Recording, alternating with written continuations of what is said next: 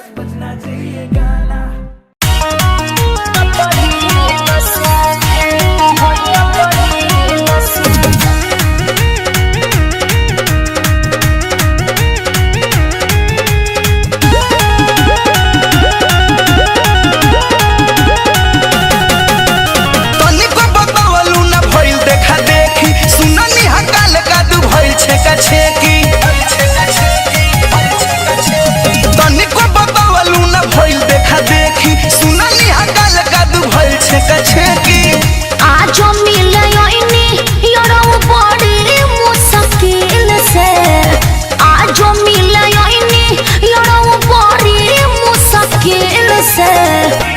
याद निकाल दे हमर अपना दिल से तजात बानी ससुरा ना भेट होइया परिल से ठीक बा जाता रू तो जई हो जान मिल के ओई हो ससुरा से रानी खूब खिल के। ठीक बा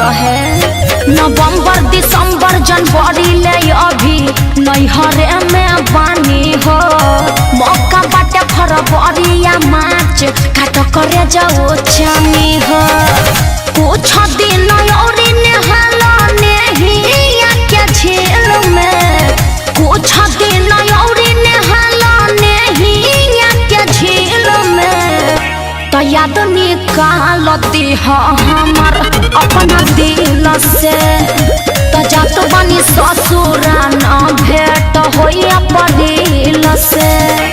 ठीक बा जाता रू तो जई हो जान मिल के। ठीक बा बाकी ससुरा से आई हो खूब खिल के। ओके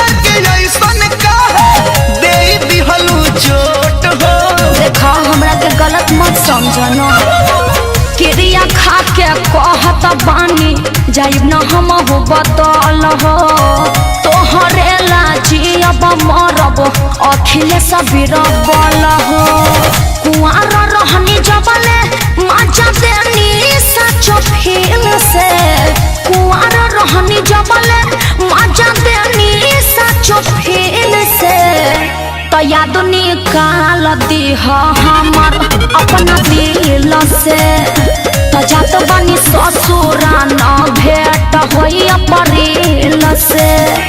ठीक बा जाता रू तो